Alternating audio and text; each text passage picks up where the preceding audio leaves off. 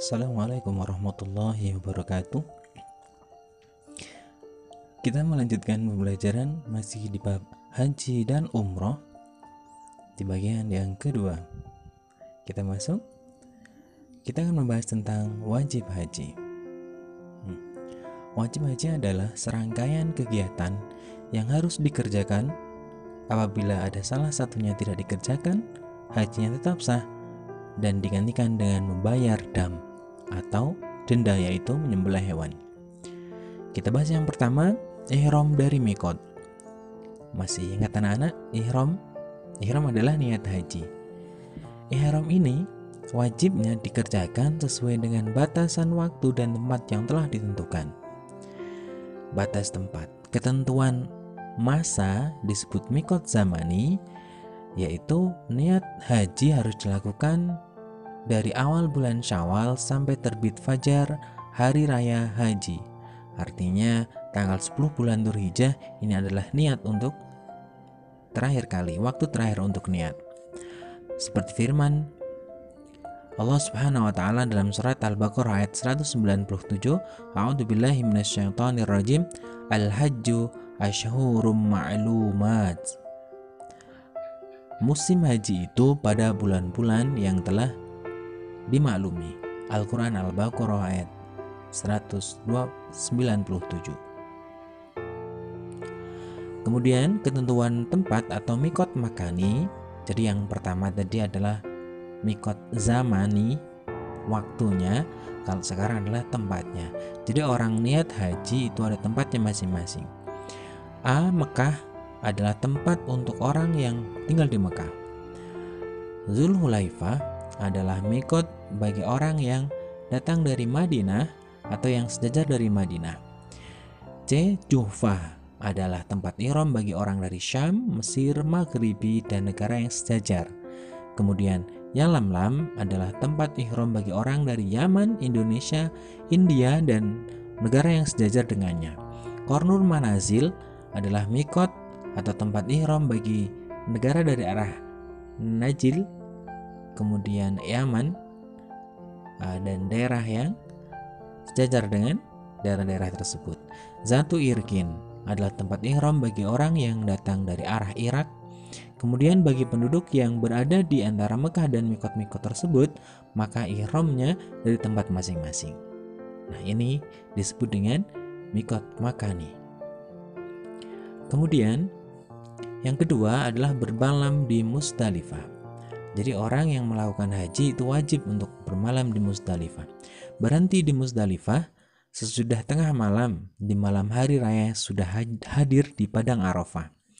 Jadi siangnya mereka di Padang Arafah, malamnya mereka bermalam atau berhenti di Muzdalifah. Yang ketiga adalah melontar atau melempar jumroh Aqobah pada hari raya haji. Malamnya bermalam di Muzdalifah, kemudian paginya mereka melempar jumroh Aqobah.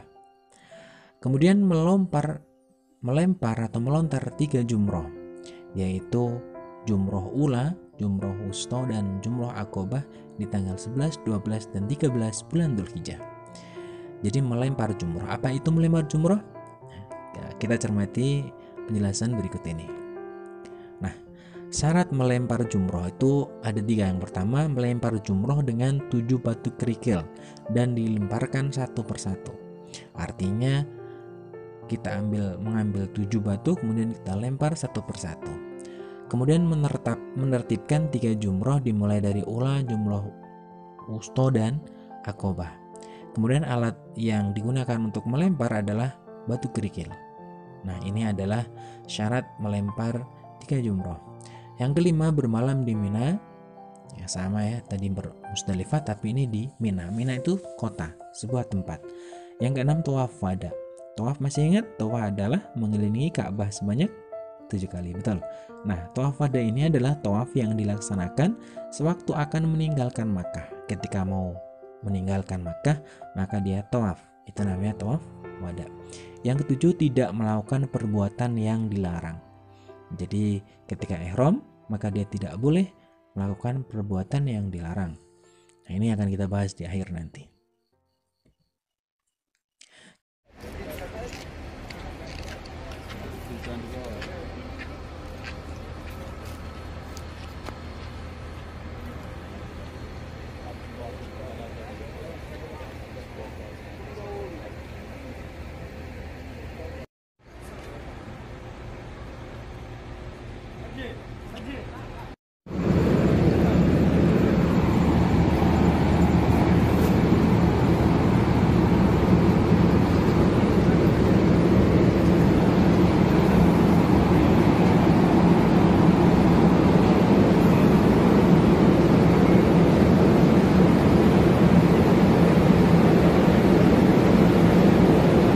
الجميل.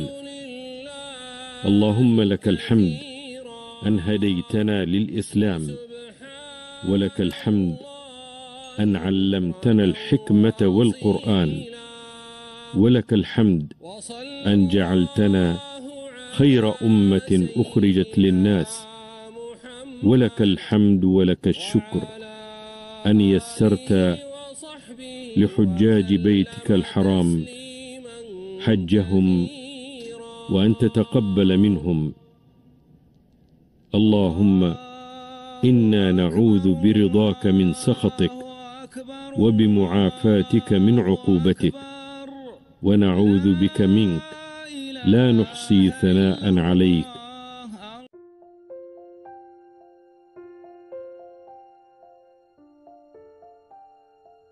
Kemudian sunnah haji. Sunnah haji adalah serangkaian kegiatan yang apabila dilakukan mendapat pahala dan apabila tidak dikerjakan maka tidak berdosa. Ya. Tetapi sangat sayang ketika ditinggalkan. Yang pertama adalah membaca kalimat talbiyah selama ihram sampai melempar jumroh akobah pada hari raya. Bagaimana bacaan talbiyah? Kita baca labbaik Allahumma labbaik labbaik la syarika laka labbaik innal hamda wan ni'mata laka wal mulk la syarika lak. Ya Allah, saya tetap tunduk mengikuti perintahmu, tidak ada sekutu bagimu, sesungguhnya segala puji dan nikmat bagimu dan engkaulah yang menguasai segala sesuatu, tidak ada yang menyekutui kekuasaanmu. Ini adalah kalimat yang dinamakan talbiyah dan disunahkan untuk dibaca. Sunnah yang kedua adalah berdoa sudah membaca talbiyah, membaca zikir sewaktu tawaf, sholat 2 rakaat sudah tawaf dan masuk ke dalam Ka'bah. Ini adalah sunnah-sunnah haji. Kemudian pembahasan berikutnya adalah larangan haji.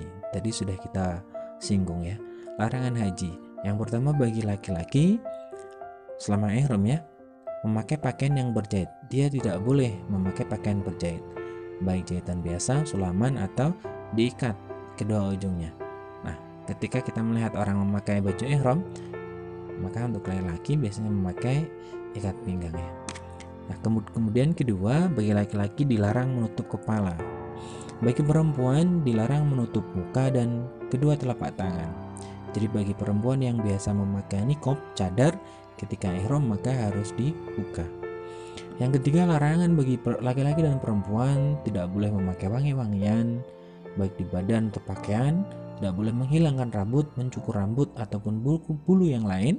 Ini ketika ihram, tidak boleh memotong kuku, tidak boleh mengakadkan nikah, menikahkan atau menjadi wali nikah, tidak boleh berhubungan suami istri, kemudian tidak boleh berburu dan membunuh binatang darat yang liar dan halal dimakan.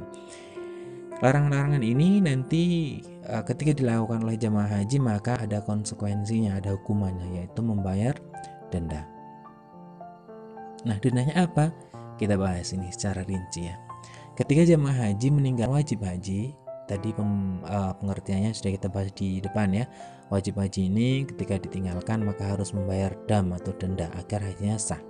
Nah, ketika kita atau jemaah haji meninggalkan wajib haji atau melakukan perbuatan yang dilarang, maka harus membayar dam. Kita coba lihat yang pertama, tidak mengerjakan haji ifrad. Jadi harusnya jemaah haji itu haji dengan cara ifrad. Apa itu? Nah, nanti di pembahasan setelah ini kita bahas. Ketika dia tidak dengan haji ifrad, misalkan dengan cara tamattu atau qiron, maka dia harus menyembelih 1 kambing. Jika tidak mampu maka berpuasa 10 hari, 3 hari di Mekah dan 7 hari ketika sudah sampai di negeri asal. Yang kedua, melakukan salah satu dari larangan ya, misalkan mencukur rambut. Nah, ini maka dia boleh memilih antara 3 denda ya. Pertama, menyembelih seekor kambing kalau tidak puasa 3 hari, atau memberi makan 6 orang miskin. Nah, ini yang berikutnya berhubungan suami istri sebelum tahallul pertama. Larangan yang dapat membatalkan haji. Nah, apa dendanya? Menyembelih seekor unta, kalau tidak mampu seekor sapi, dan seterusnya. Berburu dan membunuh binatang liar, menyembelih binatang berupa unta atau kambing atau yang sebanding dengan binatang yang dibunuh. Nah, jadi ketika di sana tidak boleh membunuh binatang liar. Ini yang halal dimakan. Nah, ini adalah dam atau denda yang harus dibayarkan oleh jemaah haji. Pembahasan berikutnya adalah macam-macam haji. Nah, ini perlu kita ketahui, kalian pahami bahwa orang melaksanakan ibadah haji itu dia juga wajib melaksanakan umroh. Oleh karena itu, jemaah haji pada saat di tanah suci itu melakukan haji dan umroh. Jadi ada orang-orang Indonesia yang berangkat haji kan. Nah, berangkat haji, maka di sana di tanah haram di Makkah, maka dia melakukan ibadah haji dan umroh. Beda ketika orang Indonesia berangkat umroh, maka di sana hanya umroh saja. Nah, bisa dimengerti ya. Jadi kalau orang Indonesia berangkat haji, maka yang dilakukan di Makkah adalah haji dan umroh. Ada 3 cara melakukannya. Yang pertama adalah ifrad. Apa itu? Mengerjakan haji selesai terlebih dahulu, kemudian setelah itu umroh. Jadi hajinya diselesaikan, setelah itu kemudian melakukan umroh sampai selesai. Kedua, tamatuk, mengerjakan umroh terlebih dahulu, setelah itu baru mengerjakan haji. Umrohnya dulu diselesaikan, setelah itu haji, ibadah haji baru dikerjakan. Yang ketiga, qiron, yaitu mengerjakan haji dan umroh secara bersama-sama. Artinya apa? Pekerjaannya satu tetapi niatnya 2. Contoh, dia ihram ya. Ihram, dia memakai baju ihram putih-putih seperti itu, dia niatnya 2, yang satu niat untuk haji dan satu niat untuk umroh. Ini namanya haji qiron. Dan yang tidak mendapatkan denda adalah ifrad.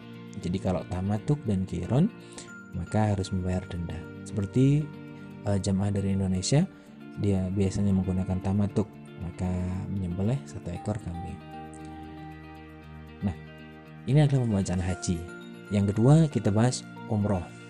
Nah, umroh ini yang kita langsung masuk ya. Pembahasan yang A adalah pengertian umroh secara bahasa, artinya berkunjung. Secara istilah, perhatikan, berkunjung ke Ka'bah dengan melaksanakan tawaf dan sa'i dalam waktu yang ditentukan. Jadi nanti ada perbedaan ya, beberapa perbedaan dengan pada haji. Hukumnya fardhu ain bagi tentunya yang mampu ya, dan sekali seumur hidup. Firman Allah Subhanahu wa taala dalam surat Al-Baqarah, a'udzubillahi minasyaitonirrajim, wa atimmul hajja wal umrata lillah, dan sempurnakanlah ibadah haji dan umrah karena Allah. Umrah sering disebut dengan haji kecil. Ketentuannya hampir sama, kan tetapi dalam pelaksanaannya umrah ini lebih sederhana. B. Syarat wajib umroh. Nah, ini sama dengan syarat wajib haji ya. Islam, balik, berakal, merdeka, dan mampu. Kita ke rukun yang C, rukun umroh. Ini yang berbeda adalah umroh itu tanpa wukuf ya. Jadi jamaah umroh itu tidak hadir di Padang Arafah, tidak berdiam diri di Padang Arafah. Jadi rukunnya hanya ada 5, ihram, niat, tawaf keliling Ka'bah, sa'i, lari kecil dari Bukit Safa ke Marwah, tahallul, mencukur rambut, dan tertib. Urut melakukan rukun ini. Kemudian yang ke-C, wajib umroh. Hanya ada 2. Yang pertama, ihram dari mikot. Nah, ini kita harus cermati. Mikot zamani atau batas waktu orang niat ihram adalah sepanjang tahun. Jadi kapanpun itu boleh umroh. Tetapi kalau haji hanya di bulan, ya kan, terakhir di bulan Dzulhijjah, 10 Dzulhijjah maksudnya. Niat terakhir di bulan di tanggal 10 Dzulhijjah. Kemudian dan mikot makaninya sama dengan mikot haji. Jadi tempatnya sama. Tempat untuk niatnya sama. Yang kedua, menjauhi segala larangan umroh. Nah, ini adalah 2 dari wajib umroh. Hikmah haji dan umroh. Nah, manfaat bagi individu yang menunaikan ibadah haji. Jadi ini artinya bagi orang yang melakukan, yang pertama menghapus semua dosa kecil dan mensucikan diri dari perbuatan maksiat. 2, diampuni segala dosa. Artinya ketika mereka mendapatkan haji yang mabrur, hajinya diterima, maka insya Allah diampuni segala dosa oleh Allah. 3, mensucikan jiwa seorang. Kemudian yang keempat, meningkatkan keimanan dan menepati janji kepada Allah dengan kerinduan akan Baitullah, rupanya Allah. Kelima, mengingat akan perjuangan Rasulullah yang telah menyinari dunia dengan amal soleh. Ya kan, karena Makkah itu adalah salah satu kota di mana Rasulullah itu memulai untuk menyebarkan Islam. 6, melatih sifat sabar, disiplin, dan mendorong untuk berkorban lebih utama, mengutamakan orang lain di atas sendiri. Tentunya karena ibadah haji dan umrah itu ibadah fisik ya, jadi menuntut kesabaran dan disiplinan. Yang ketujuh, mensyukuri nikmat yang telah diberikan oleh Allah Subhanahu wa taala. Kemudian yang kedua adalah manfaat bagi umat Islam pada umumnya. Pertama, menciptakan rasa persatuan, karena ketika di sana itu bisa terlihat persatuan ya, bisa berkumpul dengan orang dari lain negara. Yang kedua, mempererat tali persaudaraan seluruh dunia. Ini berkaitan erat dengan yang pertama. Yang ketiga, media berdakwah menyebarkan ajaran Islam seluruh dunia seperti yang dilakukan oleh Nabi Muhammad. Yang kelima adalah lebih mengutamakan kepentingan agama daripada kepentingan pribadi. Ini adalah hikmah dari haji dan umrah. Semoga anak-anak kita bisa ya, kita berdoa kepada Allah, kita meminta semoga kita, saya, kalian, dan orang tua kita bisa melaksanakan ibadah haji dan umrah. Karena ibadah haji dan umrah ini merupakan salah satu ibadah yang agung. Sekian pembelajaran di hari ini, semoga bermanfaat. Al-afu minkum. Assalamualaikum warahmatullahi wabarakatuh.